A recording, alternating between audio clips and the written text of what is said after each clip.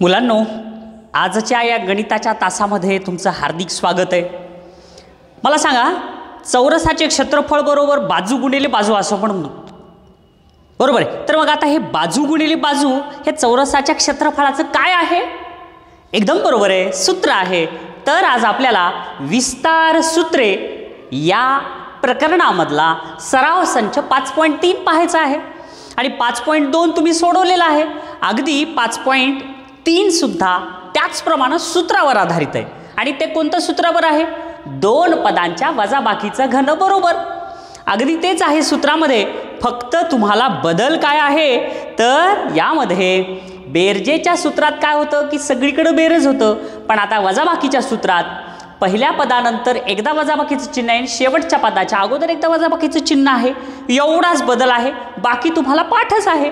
दोन पदांच्या वजाबाकीचा घन बरोबर पहिल्या पदाचा घन वजा 3 गुणिले पहिल्या पदाचा वर्ग गुणिले दुसरे पद आणि पुन्हा अधिक इथं 3 गुणिले पहिले पद गुणिले दुसऱ्या पदाचा वर्ग वजा दुसऱ्या पदाचा घन। समजलं? चला मग 5.3 मधल्या सराव संचामधल्या पहिल्या गणिताचं उत्तर शोधायचं।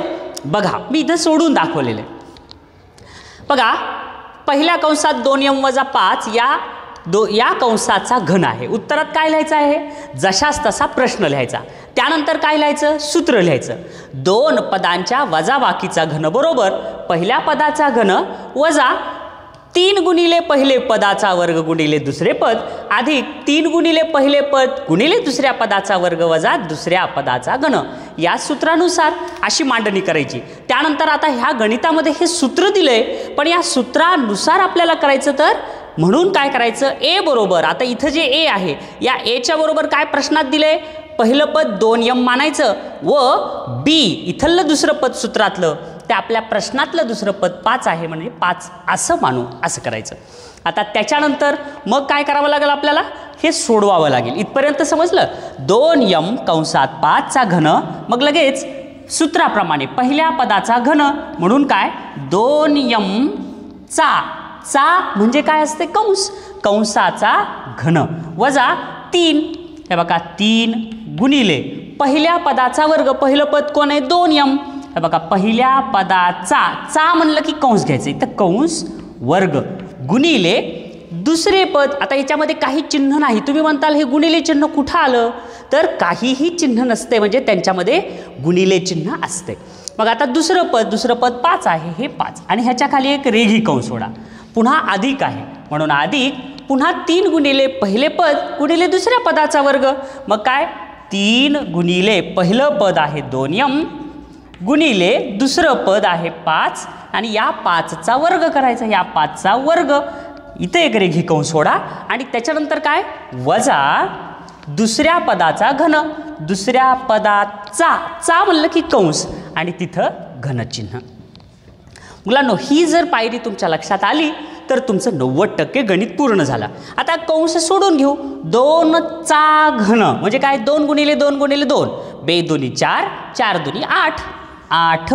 आता m चा घन, m चा घन म्हणून चा शब्द निघून जातो, m चा घन, m घन, इथं घन वजा आता 2 चा वर्ग किती? 4 आणि 4 पंचे 20 आणि 20 त्रिक 60। आता बघा 2 चा वर्ग किती येतो? 4 आणि 4 गुणिले 5 हा गुणाकार करून घ्या, 5 चोक 20 आणि 20 त्रिक इथं आलं 60 आणि नंतर काय?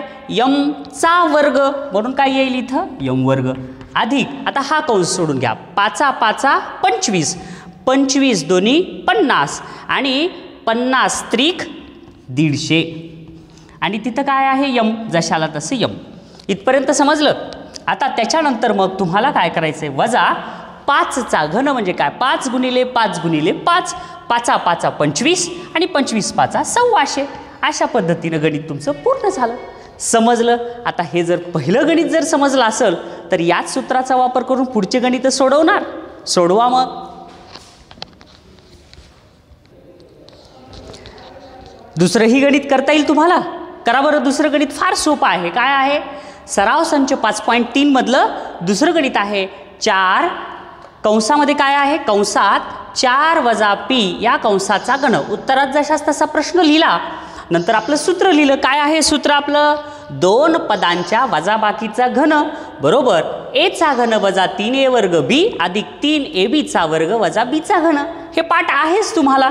मग हे सूत्र लिहिलं. या सूत्रानुसार मग येथे आपल्याला मानायचं काय, a बरोबर काय मानायचं 4 आणि b बरोबर मानायचं काय तर p. समजलं आहे का नाही, सोपं. मग लगेच लिहा कंसात 4 वजा p या कंसाचा घन बरोबर. मग या सूत्राप्रमाणे मांडणी करा आता. मग काय 4 चा घन वजा 3 गुणिले a वर्ग म्हणजे 4 चा वर्ग गुणिले b म्हणजे किती p इथं रेघी कंस अधिक 3 गुणिले इथं 3 गुणिले a आहे, a म्हणजे किती 4 गुणिले b वर्ग म्हणजे काय p चा घन p चा वर्ग इथं रेघी कंस आणि वजा b चा घन म्हणजे काय आहे तिथं p चा म्हणजे कंस इथं घन. समजलं. त्याच्यानंतर बरोबरच्या खाली बरोबर आणि गुणाकार करा. 4 चा घन म्हणजे 4 गुणिले 4 गुणिले 4, 4 चोक 16 आणि 16 चोक 64. इथं आलं 64 वजा इथं 4 चा वर्ग म्हणजे 4 चोक 16 आणि 16 गुणिले 3, 16 1 16, 16 2 32, 16 3 48 p पुन्हा अधिक आता 4 त्रिकूम 12 p चा वर्ग, चा शब्द निघून जातो, p चा वर्ग p वर्ग वजा p चा घन p घन. संपलं आहे का नाही सोपं. जर तुम्हाला सराव संच 5.2 सोपं गेलं ना, 5.3 सुद्धा अगदी सोपं आहे मुलांनो. सोडवा बरं हे सुद्धा गणित. चला मुलांनो, आता 5.3 या सराव संचामधलं तिसरं गणित पाहायचं. बघा जे सोपं आहे ना ते सोपं समजून सांगायची गरजच नाही, तुम्हाला येतच आहे. काय सोपं आहे, प्रश्न लिहा, उत्तराला असं बाण करा किंवा उत्तर शब्द लिहा आणि उत्तरामध्ये एकदा प्रश्न लिहा, त्याच्यानंतर सूत्र लिहा. 2 पदांच्या वजाबाकीचा घन बरोबर a घन वजा 3a वर्ग b अधिक 3ab चा वर्ग वजा b चा घन या सूत्रानुसार. हे पण सोपं आहे. नंतर इथं काय आहे लिहायचं आता, a बरोबर काय समजायचं, पहिलं पद आहे 7x आणि b बरोबर काय पकडायचं 9y. सोपं आहे ना. त्याच्यानंतर मग लगेच मांडणी करा. 7x वजा 9y या कंसाचा घन बरोबर आणि मग सूत्रानुसार पहिल्या पदाचा म्हणलं की कंसाचा घन पुन्हा वजा 3 गुणिले पहिल्या पदाचा वर्ग म्हणजे काय 7x चा वर्ग गुणिले b म्हणजे कोण आहे इथं 9y. हे कंसात घ्या, इथं एक रेघी कंस आलं, पुन्हा इथं येईल अधिक, त्याच्यानंतर 3 गुणिले a गुणिले b वर्ग. मग काय आता इथं 3 गुणिले 7x गुणिले 9y या कंसाचा वर्ग, इथं एक रेघी कंस आणि वजा b चा घन म्हणजे काय दुसऱ्या पदाचा 9y चा घन. समजलं मुलांनो, लक्षात यायलंय का, एवढं समजलं. आणि शेवटच्या पायरीत काय आहे, फक्त गुणाकार आहे, ते तर तुम्हाला येईलच. 7 चा घन किती आला 343, x चा घन x घन आणि त्याच्यानंतर 3 गुणिले 7 चा वर्ग, पहिलं एक कंस सोडून घ्यायचं, 7 चा वर्ग 49 गुणिले 3 गुणिले 9 यांचा गुणाकार 1323, x चा वर्ग x वर्ग आणि y. हे बारीक गोष्टी महत्त्वाच्या असतात, इथं चुकायची शक्यता आहे तुमची, व्यवस्थित लिहा. त्याच्यानंतर काय आहे पुन्हा इथं हा एक रेघी कंस आहे, 9 चा वर्ग 81 गुणिले 7 गुणिले 3 1701, x हे x ला x लिहिलं आणि y चा वर्ग म्हणजे y वर्ग. जसं आपण 9 चा वर्ग 81 केला ना तसं y चाही करावं लागेल ना, म्हणून y चा वर्ग y वर्ग वजा 9 चा घन 729 आणि y चा घन y घन. समजलं. हे पण गणित आलं तुम्हाला, छान आलं. पुढचं घेऊया आता.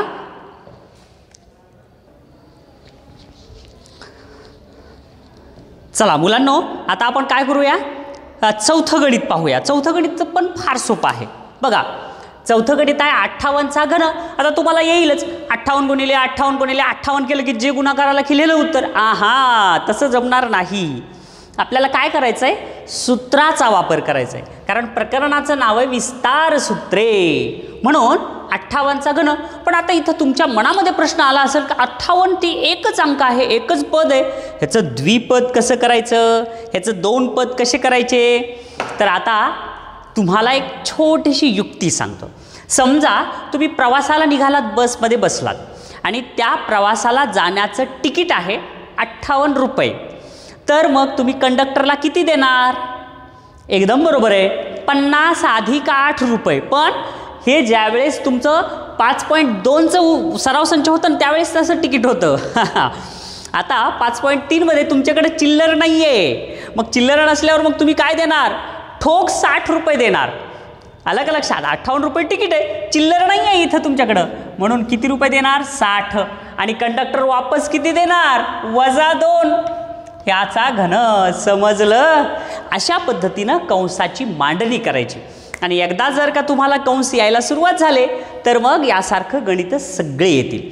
आता सांगा बरं मला एक कंस सांगा कसं करणार तुम्ही. समजा 77 आहे, 77चा घन. तर मग आता 77 रुपये तिकीट आहे आणि तुमच्याकडे चिल्लर नाही आहे, मग तुम्ही किती देताल, 80. कंडक्टर वापस किती देईल, 3. आलं का लक्षात. अशा पद्धतीनं कसलीही जरी संख्या असेल तर त्या संख्येचं तुम्हाला 2 पदामध्ये रूपांतर करता यायला पाहिजे, या सूत्राप्रमाणे वजाच्या. मग सूत्र लिहायचं आणि मग इथं ए बरोबर काय समजायचं आहे आपल्याला, 60. बी बरोबर काय समजायचं आपल्याला, 2. आणि मग मांडणी करायची. 60 - 2 या कंसाचा घन बरोबर पहिल्यांदा काय, एचा घन म्हणजे काय, 60 या कंसाचा घन वजा 3 गुणिले एचा वर्ग म्हणजे 60चा वर्ग गुणिले बी म्हणजे 2. इतर रेघी कंस अधिक 3 गुणिले 60 गुणिले 2चा वर्ग वजा 2चा घन बरोबर. आणि आता काय करावं लागेल तुम्हाला, सगळ्यांचा गुणाकार करून त्याचे उत्तर काढावं लागेल. आता यापुढं मात्र तुम्हाला नुसते आकडेमोड क्रिया हे फार व्यवस्थित यायला पाहिजे. अगदी दमाने करा, घाई करू नका. काय आहे आता 60चा घन. मग 60चा घन किती येतो, म्हणजे 60 गुणिले 60 गुणिले 60. मग आता गुणाकार करायचा. 60 गुणिले 60 किती आला, 3600. 3600 गुणिले 60 किती आला, 2,16,000. ते लिहायचं 2,16,000. इतकं समजलं. त्याच्यानंतर पुढचं रेघी कंस काय, 3 गुणिले 60चा वर्ग गुणिले 2. 60चा वर्ग, 60चा वर्ग किती येतो, 3600. आणि हे 3 दोन्ही किती, 6. 3600ला 3 न गुणलं किती आलं, 10,800. म्हणजे 3600ला 3नच गुणलं फक्त तर किती आलं, 10,800. आणि ह्या 10,800ला ह्या 2 न गुणलं तर किती आलं, 21,600. ते लिहून टाका 21,600. एवढं समजलं. पुन्हा हा एक रेघी कंस, 2चा वर्ग 4 आणि 4 त्रिकूम 12. 60 गुणिले 12. बघा बरं, 60 गुणिले 12 किती आलं, 720. ते इथं लिहून टाका 720. आणि त्याच्यानंतर 2चा घन किती येतो, 2 गुणिले 2 गुणिले 2. बेदुरी 4, 4 दुनी 8. लिहून टाकला 8. हे चिन्ह मात्र विसरू नका, इथं वजा अधिक आणि इथं वजा. आणि मग आता क्रिया करून घ्यायची. 2,16,000मधून किती काढायचे, 21,600. मग आता बघा 2,16,000मधून 21,600 काढले, उरले किती, 1,94,400 अधिक जशाला तसं 720 वजा 8. बरोबर आहे. बेरीज आणि वजाबाकीची क्रिया एकत्र आली असेल तर पहिल्यापासून जी क्रिया आहे ती करत जायचं. मग पहिल्यांदा आपण या दोघांची वजाबाकी केली, इतकी आली वजाबाकी. आता या दोघांची बेरीज करा. 1,94,400 अधिक 720 किती आली बेरीज, 1,95,120. आणि 1,95,120मधून 8 काढले तर 120मधून 8 गेले 112, म्हणजे 1,95,112. समजलं मुलांनो. एकदम सोपं आहे. तुम्ही आकडेमोड अगदी व्यवस्थित करा, हे गणित येऊन जाईल. ह्या पुढचंही गणित अगदी सोपं आहे, आपण करूया हे पण गणित. पुढचं गणित आहे, किती दिले? 198चा घन, 5वं गणित आहे. आता मला सांगा, प्रवासाला चाललात तुम्ही आणि बसचं तिकीट आहे 198 रुपये. मग आता तुम्ही कंडक्टरला किती देणार? करेक्ट, 200 रुपये. मग असं बघा, 200 तुम्ही दिले आणि कंडक्टर साहेब तुम्हाला किती रुपये वापस देतील? 2. 200 वजा 2 या कंसाचा घन. समजलं? मग आपली द्विपदी झाली की सूत्र लिहायचं या सूत्रानुसार. आणि मग इथं मानायचं का आपल्याला? ए बरोबर 200 माना आणि बी बरोबर 2 मानायचं. आणि मग तसं गृहीत धरल्यामुळं आपलं काय होईल गणित? मग 200 वजा 2 या कंसाचा घन बरोबर एचा घन म्हणजे 200चा घन वजा 3 गुणिले 200चा वर्ग गुणिले 2 रेघी कंस इथं येईल, अधिक 3 गुणिले 200 गुणिले 2चा वर्ग इथं रेघी कंस आणि वजा 2चा घन बरोबर. मांडणी एवढी आली की मग क्रिया सगळी आकडेमोडीची क्रिया व्यवस्थित करा. पहिल्यांदा काय करावं लागेल तुम्हाला? या 200चा घन म्हणजे 200चा घन म्हणजे काय? 200 गुणिले 200 गुणिले 200. मग 200 गुणिले 200 किती आलं? 40,000. अगदी सोपं आहे मुलांनो. तुमच्या स्वतःवर आत्मविश्वास ठेवा. सगळी आकडेमोड येते, बरोबर येते. तुम्ही 8वीचे मुलं आहात. मग आता हे 40,000, मग 40,000 गुणिले 200, मग गुणाकार करा. किती येतंय ते? 80 लाख. मग आता हे जे 80 लाख आलं, हे 80 लाख इथं मांडा. त्याच्यानंतर पुन्हा 200चा वर्ग. 200चा वर्ग किती आलाय? 40,000.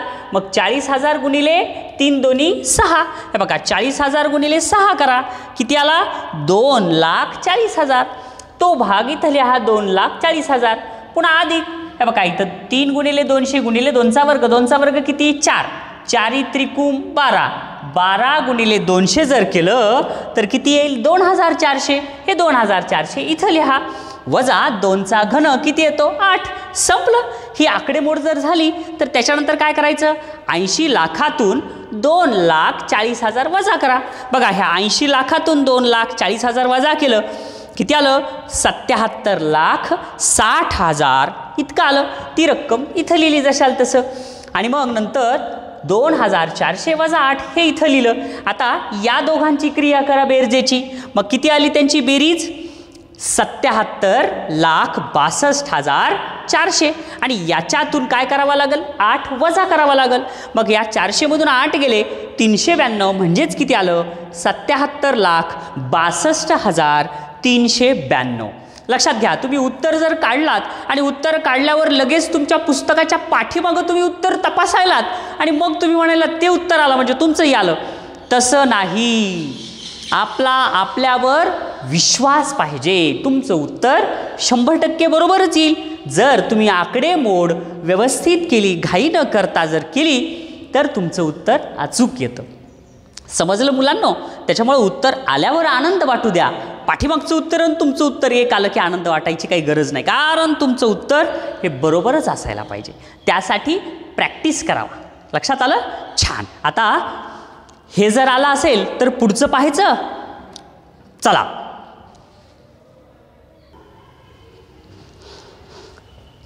मुलांनो, आता सराव संच 5.3 मधलं 6वं गणित घेऊया. काय आहे?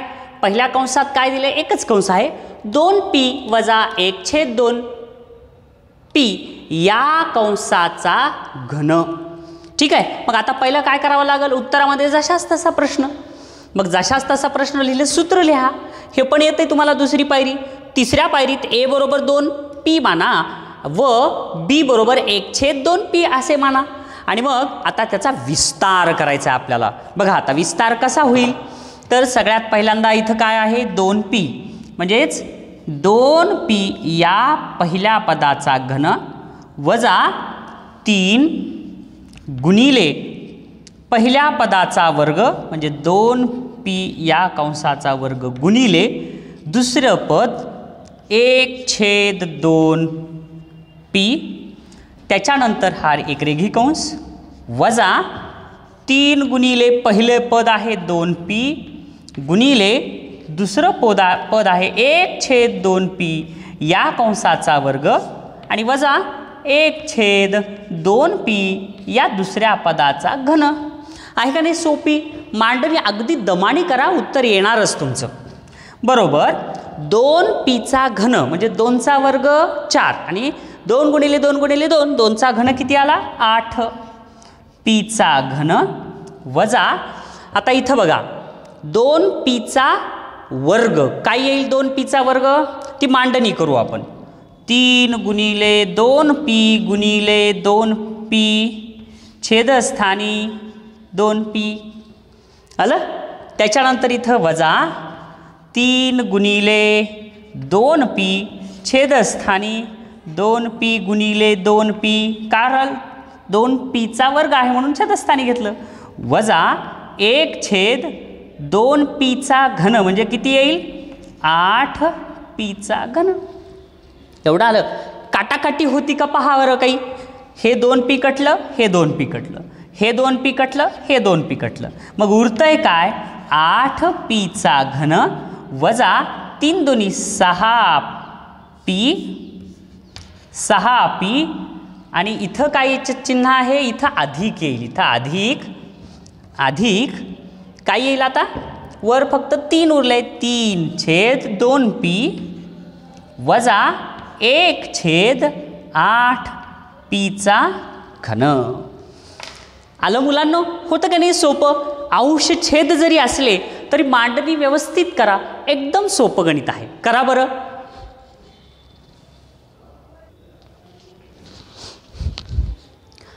आता 7वं गणित पाहूया. बघा बरं हे पण सोपं आहे मुलांनो. पहा काय आहे 7व्या गणितात मी अर्ध्या पायऱ्या लिहून ठेवल्यात कारण ज्या सोप्या आहेत ते तुम्हाला येणारच आहेत. 7व्या गणितात प्रश्न जशाला तसा लिहिला उत्तरात तो प्रश्न जशाला तसा लिहिला सूत्र लिहिलं. त्याच्यानंतर ए बरोबर काय म्हणायचं आता पहिलं पद 1 आहे बी बरोबर काय म्हणायचं 1/a असं म्हणायचं आणि मग आता ह्याचा विस्तार करायचा. मग काय पहिल्या पदाचा घन म्हणजे 1चा घन वजा 3 गुणिले पहिल्या पदाचा वर्ग गुणिले दुसरे पद इथं एक रेगी कंस अधिक 3 गुणिले पहिलं पद गुणिले दुसऱ्या पदाचा वर्ग इथं रेगी कंस वजा दुसऱ्या पदाचा घन. आली मांडणी बरोबरच्या खाली बरोबर 1चा घन 1च वजा 1चा वर्ग 1 म्हणजे 3 गुणिले 1 किती येणार 3a अधिक इथं aचा वर्ग a वर्ग अंशाला अंश 3च राहील आणि खाली येईल a वर्ग वजा 1/aचा घन. आहे का नाही सोपं. समजलं तुम्हाला. मग तुम्ही जर 7ही गणित जर केले असतील पूर्वीचे 6 केले असतील तर 7वं तर तुम्हाला सहजच येईल. करा. मुलांनो आता 8वं आणि शेवटचं गणित सोडवायचं आपण. छान. तुम्हाला शक्य झालं तर माझ्यासोबत सोडवा किंवा मी सोडवल्यानंतर पुन्हा सोडवा. बघा 8वं गणित काय होतं x/3 वजा 3/x या कंसाचा घन. उत्तरामध्ये जशास तसा प्रश्न लिहिला नंतर सूत्र लिहिलं या सूत्रानुसार आणि त्याच्यानंतर a बरोबर काय गृहीत धरावं लागलं आता पहिलं पद x/3 व b बरोबर 3/x असं गृहीत धरा आणि तेवढ्यानंतर मग त्याचा विस्तार करून घ्या. काय आहे पहिल्या पदाचा घन x/3चा घन वजा 3 गुणिले पहिल्या पदाचा वर्ग गुणिले दुसरे पद रेघी कंस अधिक 3 गुणिले पहिले पद गुणिले दुसऱ्या पदाचा वर्ग वजा दुसऱ्या पदाचा घन 3/xचा घन. दिसाय